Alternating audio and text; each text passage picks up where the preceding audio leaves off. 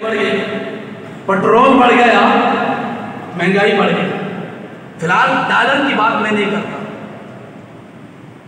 मैं बात करता हूं पेट्रोल की। पेट्रोल बढ़ा 20 रुपए।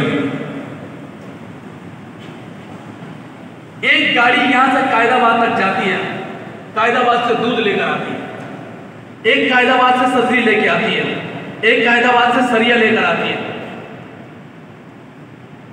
कायदाबाद तक उसको चाहिए था 3 लीटर, 4 लीटर, 5 लीटर। 5 लीटर तेल पर 100 रुपये बढ़ना चाहिए। कितना बढ़ना चाहिए?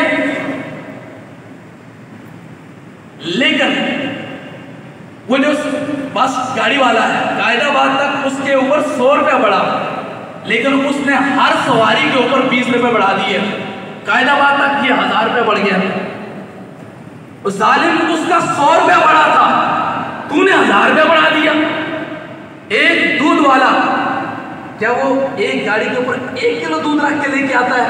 उसने दूध के पीछे भी 20 रुपये बढ़ा दिए, दूध पे भी 10 रुपये बढ़ा दिए, सब्जी वाले ने सब्जी में भी 10 रुपये बढ़ा दिए। अरे अल्लाह के बंदे, तू 1 रुपया बढ़ा दे, तूने मनो दूध लाना है, 1 रुपया बढ़ा दे, तेरा 100 रुपया उससे ज्यादा निकल गया, 200 रुपये तुझे बचत हो गई।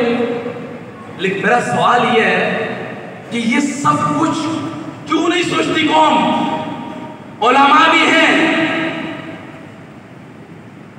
मशाइख भी हैं, आस्थाने भी हैं, खानकाएं भी हैं, और तबलीगी जमातें भी हैं, इस्लाही जमातें भी हैं, दावत भी दी जा रही है, टेलीविजन के जरिए भी समझाया जा रहा है, कॉलेज यूनिवर्सिटी के जरिए से भी समझाया जा रहा है, लेकिन फिर भी कौम को क्यों नहीं समझ में आती?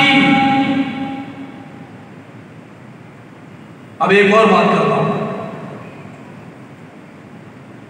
अंदाजा लगाएं कि इतना कुछ होने के बावजूद अगर इतना है तो ये जो रईस एक कसर है, अगर ये भी खत्म होगी तो फिर क्या होगा? ये जो समझाने वाले हैं अगर ये भी ना रहे तो फिर कौम कहां खड़ी होगी? कौम को संवारने के लिए सर जोड़कर बैठना पड़ेगा, कौम को समझाने के लिए एक ऐसी मिसाल पेश करनी पड़ेगी कि कौम समझ सके।